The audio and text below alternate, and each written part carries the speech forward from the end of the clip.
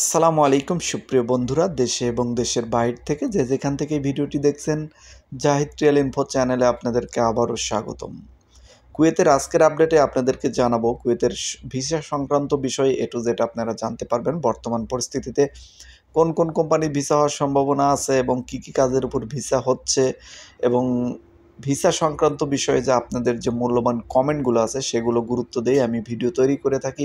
আপনাদের জানার চাহিদা এবং আগ্রহের উপর নির্ভর করে আমি তথ্য সংরক্ষণ করে আপনাদের দিয়ে থাকি। এটা যারা পূর্বে আমার ভিডিওগুলো দেখেন অবশ্যই জানতে পেরেছেন, এবং যারা নতুন দেখছেন তারা অবশ্যই বুঝতে পারবেন দেখলে। তো এরপরে যে বিষয়টি নিয়ে কথা বলবো, কুয়েতের সমসাময়িক ঘটে যাওয়া কিছু বিষয় নিয়ে কথা বলবো, বিশেষ করে বায়োমেট্রিক ফিঙ্গার, তারপরে আছে সাধারণ ক্ষমা বিষয়ে, তারপর কুয়েতের প্রবাসীদের সুযোগ সুবিধা সামনে কি বৃদ্ধি পাবে না কমবে এই সম্পর্কে, এবং কুয়েতে কোন ভিসাতে আসলে ভালো টাকা ইনকাম করতে পারবেন এই সংক্রান্ত বিষয়েও কিছু কথা বলবো, কারণ অনেক প্রশ্ন এসেছেন এই সংক্রান্ত বিষয়ে। চলুন তাহলে প্রথমে কথা বলি কুয়েতের কোন ভিসাতে আসলে আপনি ভালো টাকা ইনকাম করতে পারবেন এবং খুব সহজে সফলতা পাবেন এই বিষয়টা নিয়ে, কারণ এই বিষয়টা নিয়ে একাধিক কমেন্ট এসেছে। এটা দিয়ে শুরু করা যাক। সম্মানিত ভিউয়ার্স, আপনারা যারা ভিডিও দেখেন নিয়মিত তারা অবশ্যই জানেন যে কুয়েতের ভিসা ক্যাটাগরিতে 3টি ক্যাটাগরির বাংলাদেশিদের বর্তমানে ভিসা দেওয়া হচ্ছে। এর বাইরে যে ক্যাটাগরিগুলো আছে সেগুলোও ভিসা খুবই কম হয়, এবং বাংলাদেশিদের জন্য বিশেষ করে 2টি ক্যাটাগরিতে ভিসা বেশি হয়, সেটা হলো আহালি ভিসা এবং আকুত ভিসা। এরপরে হাউস ড্রাইভিং আছে, খাদেম ফ্রি আছে, আরও যে ভিসার মানে ভাগগুলো আছে সেখানে আছে, সেই ভিসাগুলোও আছে। কিন্তু বিশেষ করে আকুত ভিসা এবং আহালি ভিসার এই 2টি ক্যাটাগরি ভিসায় বাংলাদেশিদেরকে বেশি দেওয়া হয়। আর এর ভিতর সবচেয়ে বেশি যে ভিসাটি দেওয়া হয় সেটি হলো আকুত ভিসা। আর নানান কাজে আপনি যদি অভিজ্ঞতা অর্জন করতে পারেন এবং অভিজ্ঞ হয়ে থাকেন তাহলে আপনি আহালি ভিসা পেয়ে যাবেন। তো আমি ভিসা সংক্রান্ত বিষয়ে এর আগেও আপনাদেরকে আপডেট দিয়েছি এবং জানিয়েছি, কিন্তু তারপরেও অনেকেই আমার কাছে কমেন্ট করতেছেন যে বর্তমান পরিস্থিতিতে রানিং মাস শুরু হয়েছে 2024 সালের মে মাস, এই মাসের পরিস্থিতিতে কোন ভিসাতে আমি আসলে ভালো হব, কুয়েতে মানে এসে সফলতা অর্জন করতে পারবো। দেখুন সম্মানিত ভিউয়ার্স, আমি আপনাদের উদ্দেশ্যে বলতেছি যে কুয়েতে সফলতা আসলে আপনাদের কাজের দক্ষতার উপর নির্ভর করে এবং ভালো ভিসার উপর নির্ভর করে। আপনি যদি যেকোনো একটি কাজে খুবই ভালো দক্ষ হয়ে থাকেন এবং ভালো একটি ভিসা নিয়ে আসতে পারেন কুয়েতে, তাহলে কিন্তু আপনি খুব সহজেই কুয়েতে সফলতা অর্জন করতে পারবেন।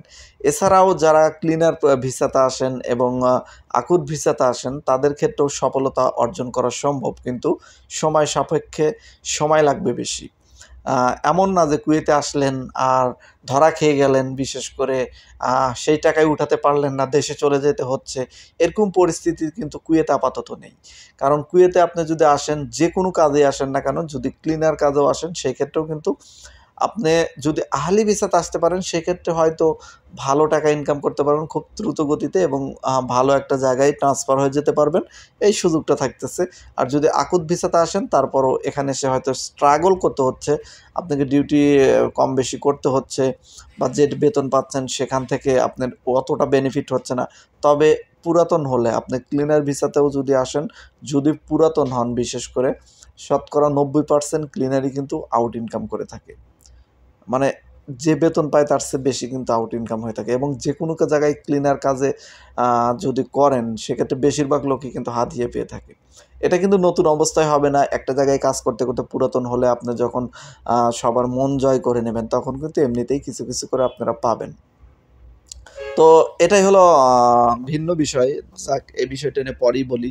আমি যে বিষয়টি প্রথমে বলতেছি সেটা হচ্ছে কোন ভিসাতে বর্তমানে আসলে সহজে সফলতা অর্জন করতে পারবেন, বিশেষ করে ইলেকট্রিক্যাল। ইলেকট্রিক্যাল কাজ যাদের জানা আছে তারা যদি ইলেকট্রিক্যাল ভিসাতে আসতে পারেন কুয়েতে, ইলেকট্রিক্যাল ভিসা নিয়ে এবং ইলেকট্রিশিয়ানের ভিসা নিয়েও যদি আসতে পারেন খুব সহজে সফলতা অর্জন করতে পারবেন। এবং বর্তমানে কিন্তু ইলেকট্রিক্যাল এবং ইলেকট্রিশিয়ান উভয় বিষয় কুয়েতে পাওয়া যাচ্ছে। যদিও ইলেকট্রিক্যাল যারা ডিপ্লোমা করেছেন বাংলাদেশে, অনেক ডিপ্লোমায় আমার সাথে কথা বলেছেন আসার জন্য, কিন্তু ইলেকট্রিক্যাল ডিপ্লোমাদের জন্য যে ক্যাটাগরির ভিসা এখান থেকে প্রদান করা হয় বা প্রদান করতে হবে তার স্যালারি অত্যন্ত হাই। হাই হওয়ার কারণেই বিশেষ করে কিন্তু আম এই ভিসাগুলো বাংলাদেশিদেরকে ওইভাবে দেওয়া হয় না ডাইরেক্ট। কারণ যে একটি ইলেকট্রিশিয়ান বেতন এখানে সর্বনিম্ন হলো ১৬০ দিনের ৮ ঘন্টা, তার দেখা যায় 120 দিনের থেকে 130 দিনের পর্যন্ত, সরি 220 থেকে 230 দিনের বা 250 দিনের পর্যন্ত 12 ঘন্টা স্যালারি পেয়ে যান। ইলেকট্রিশিয়ান কিন্তু এটা। আর যদি কোনো ভাইকে নিতে চায় তারা ডিপ্লোমা সার্টিফিকেট সহকারে, তাহলে কিন্তু সেক্ষেত্রে 400 কেডির উপরে স্যালারি হয়ে যাবে। কুয়েত গভর্নমেন্ট থেকে এটা নির্ধারণ করা যে ডিপ্লোমা ইঞ্জিনিয়ারিং যারা কুয়েতে আসতে চাচ্ছেন বিশেষ করে তাদের স্যালারি কিন্তু সর্বনিম্ন 350 থেকে 400 দিনের পর্যন্ত হয়ে থাকে। কিন্তু বিশেষ করে ভিসাটাই দিচ্ছে না, তাহলে আপনি স্যালারি দিয়ে কী করবেন? আসলে হাই লেভেলের ভিসাগুলো বাংলাদেশিদেরকে ডাইরেক্টলি দেওয়া হয় না সেভাবে। এখানে এসে যদি আপনি অন্য কোনো কাজে আহলি ভিসাতে আসতে পারেন, সেক্ষেত্রে হাওল নিয়ে এইগুলো জবে ঢুকতে পারবেন আপনি ইনশাল্লাহ। তো এরপরে আমি যে বিষয়টি বলবো সেটা হচ্ছে এসি, তারপর হচ্ছে গাড়ির যারা ভালো কাজ জানেন, বিশেষ করে মেকানিক, এই ভিসাগুলোতে যদি আপনি কুয়েতে আসতে পারেন তাহলে কিন্তু খুব সহজে আপনি সফলতা অর্জন করতে পারবেন। এবং অনেকেই ফ্রি ভিসাতে এসে কুয়েতে খুব সফলতা অর্জন করেছেন খুব সহজে। কিন্তু এখানে ফ্রি ভিসাতে এসে সফলতা অর্জন করতে পারবেন, এটা সত্য, কিন্তু এখানে কিন্তু সবাই সফলতা অর্জন করতে পারবেন না। দেখা যাচ্ছে কিছু লোক ব্যর্থ হবে, কিছু লোক সফলতা অর্জন করবেন। তবে আহলি ভিসাতে যদি আপনি ইলেকট্রিশিয়ানের উপর, মেকানিক্যালের উপর, বা আদার্স যে কাজগুলো আছে সেই ড্রাইভিংয়ের উপর, এগুলোর উপর আসেন, তাহলে কিন্তু আপনি সফলতা 100%। আর ফ্রি ভিসাতে আসলে অনেক সময় স্ট্রাগল করতে হতে পারে। আর যদি আপনি নিজস্ব লোক না থাকে এখানে, আপনি যদি কাজ সেইভাবে খুঁজে নিতে না পারেন, সেক্ষেত্রে কিন্তু সমস্যার ভিতর পড়ার সম্ভাবনা আছে। তবে যদি নিজস্ব লোক থাকে আপনার কাজ ধরিয়ে দেওয়ার মতো, তাহলে কিন্তু আপনি মোটামুটি ভালো কিছু করতে পারবেন ফ্রি ভিসাতে এসেও। তো এরপরে আরও কিছু ভিসা আছে, রেস্টুরেন্টের কিছু ভিসা আছে, যে ওয়েটার ভিসা, যেখানে আহলি ভিসা দেওয়া হয় এবং সেখানে ভালো টাকা টিপস পাওয়া যায়। কিন্তু এখানে কিন্তু অবশ্যই অভিজ্ঞ ওয়েটার হতে হবে। আপনি যদি ওয়েটারের কাজ কোনোদিন না করে থাকেন, আপনি হুট করে অ্যাপ্লাই করলেই কিন্তু আপনাকে সেই ভিসাগুলো কিন্তু দেওয়া হবে না। কারণ ওয়েটারের কাজ কিন্তু এই কাজগুলো কিন্তু যদিও সহজ দেখতে, কিন্তু এটা কিন্তু অনেক ডিসিপ্লিন মেনে কাজ করতে হবে। যার কারণে এখানে কিন্তু আপনার পূর্বে অভিজ্ঞতা অবশ্যই লাগবে। পূর্ব অভিজ্ঞতা যদি থেকে থাকে, ভালো কোনো রেস্টুরেন্টে যদি আপনি পূর্বে ওয়েটারের কাজ করে থাকেন, সেক্ষেত্রে কিন্তু কুয়েতে 1 লাখ টাকার উপরে স্যালারি পেয়ে যাবেন ওয়েটারে আসলে। তো আর যদি নতুন হয়ে থাকেন, সেক্ষেত্রে কিন্তু আপনি ওয়েটারে আসতে পারবেন না। সেক্ষেত্রে আপনি হোটেলে নিয়ে আসলেও, রেস্টুরেন্টে নিয়ে আসলেও দেখা যাবে হয় ক্লিনারে দেবে, না হলে হোটেল পরিষ্কার পরিচ্ছন্নতা রাখার কাজ দেবে, আদার্স যে কাজগুলো সেখানে দেবে। আসলে ওয়েটারের কাজটা অবশ্যই এখানে এটা একটা ডিমান্ডবহুলই কাজ বলা যায়। যদিও শব্দটা শুনতে অতটা ডিমান্ডবহুল মনে হয় না, কিন্তু ওয়েটারদের পোসপাস, আপনি যখন ভালো রেস্টুরেন্টে যাবেন, তাদের পোশাক-আশাক, কথা বলার স্টাইল সব কিছু দেখে বুঝবেন যে তারা অবশ্যই ভালো একটা জব করতেছে। তো সম্মানিত ভিউয়ার্স, বর্তমান পরিস্থিতিতে এই ভিসাগুলোতে যদি আপনি আসতে পারেন, তাহলে অবশ্যই কিন্তু সফলতা অর্জন করতে পারবেন। তবে ক্লিনার ভিসাতে যারা আসতেছেন তারাও এতটা হতাশ হবেন না। এতটা হতাশ হওয়ার কিছু নেই। অবশ্যই আপনি কুয়েতে আসতে পারলে সফলতা একটা সময় আসবে। তবে আগের তুলনায় কিন্তু এখন সফলতা অর্জন করা একটু কঠিন হয়ে গেছে। আগে কুয়েতিরা বেশি হাদিয়া দিত বা খুব সহজে অল্প কাজে বেশি টাকা দিয়ে দিত। কিন্তু এখন কিন্তু কুয়েতিরা দিন দিন চালাক হয়ে যাচ্ছে। অবশ্যই চালাকগুলো যেখানে বাঙালি বা হিন্দি বা অন্যান্য দেশের লোক আছে, তারাই তাদের বুঝিয়ে চালাক বানিয়েছে।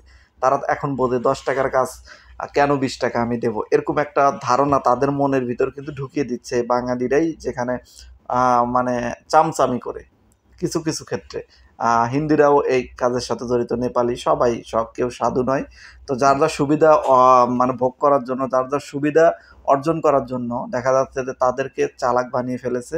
তো যার কারণে কিন্তু এখন আগের তুলনায় কিন্তু সফলতা অর্জন একটু কঠিন, কিন্তু অবশ্যই সফল হবেন যদি ভিসা পান। তো সম্মানিত ভিউয়ার্স, আসলে এই বিষয়টি নিয়ে কথা বলতেই প্রায় 9 মিনিট হয়ে গেল। আসলে ভিডিওটার মূল টপিকে যেতেই পারলাম না। খুবই সংক্ষিপ্তভাবে বলে দিচ্ছি।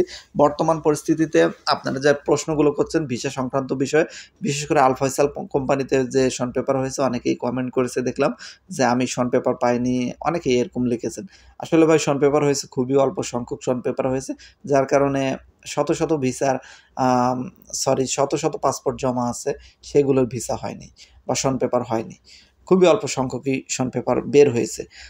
তো প্রিয় বন্ধুরা, যারা কুয়েতে বর্তমানে আসতে চাচ্ছেন, বিশেষ করে ভিসার জন্য অ্যাপ্লাই করেছেন, তাদেরকে অবশ্যই কিন্তু ধৈর্য ধরতেই হবে। কারণ কুয়েতের ভিসা পেতে গেলে কিন্তু আপনার সর্বোচ্চ ধৈর্য ধরতে হবে এবং অনেক সময় সর্বোচ্চ ধৈর্য ধরার পরেও আপনি ভিসা পাবেন না। কেন? কারণ সবাই ভিসা পাবে না। কুয়েতের ভিসা খুবই কম হয়। দেখা যাচ্ছে যদি মাসে কুয়েতের ভিসা ৫০০ ভিসা যদি মাসে বের হয়, এপ্লাই করে প্রতি মাসে দেখা যাচ্ছে ৫,০০০, ১০,০০০, ২০,০০০। তাহলে অবশ্যই কিন্তু আপনার বুঝতে হবে যে কুয়েতের ভিসা পেতে হলে লটারির মতো বিষয়টি হয়ে যায়।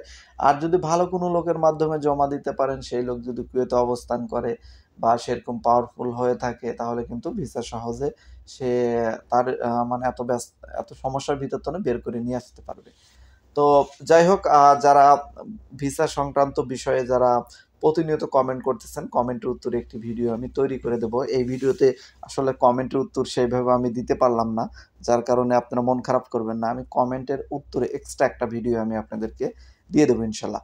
তো প্রিয় বন্ধুরা, ২ নম্বর পয়েন্ট নিয়ে কথা বলতে যাচ্ছি, সেটা হতেছে সাধারণ ক্ষমা বিষয় নিয়ে। সাধারণ ক্ষমার কিন্তু দিন, দিন মেয়াদ শেষ হয়ে যাচ্ছে। যারা কুয়েতের বুকে অবস্থান করতেছেন, সাধারণ ক্ষমা আওতায় আসতে চাচ্ছেন, দ্রুত গতিতে সাধারণ ক্ষমা আওতায় চলে আসুন। কারণ যে শেষের দিকে আসতে গেলে দেখা যাবে যে আপনার মানে দৌড়াদৌড়ি করতে, করতে সময় পার হয়ে গেলে শেষমেশ আপনার এদিকেও হবে না, ওইদিকেও হবে না। তাই অবশ্যই দ্রুত গতিতে আসার চেষ্টা করুন।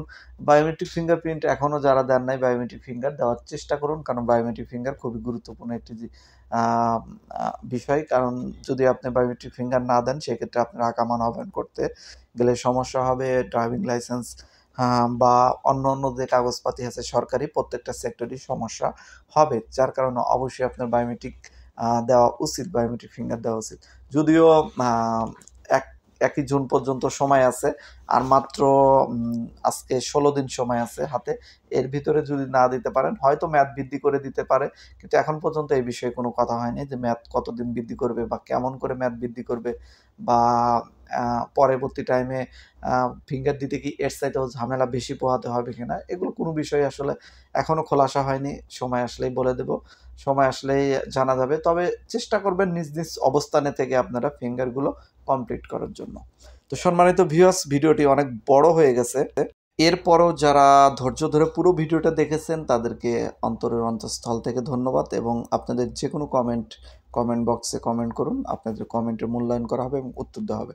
সম্মানিত ভিউয়ার্স, আজকের মতো এখানেই বিদায় নিচ্ছি। আল্লাহ হাফেজ।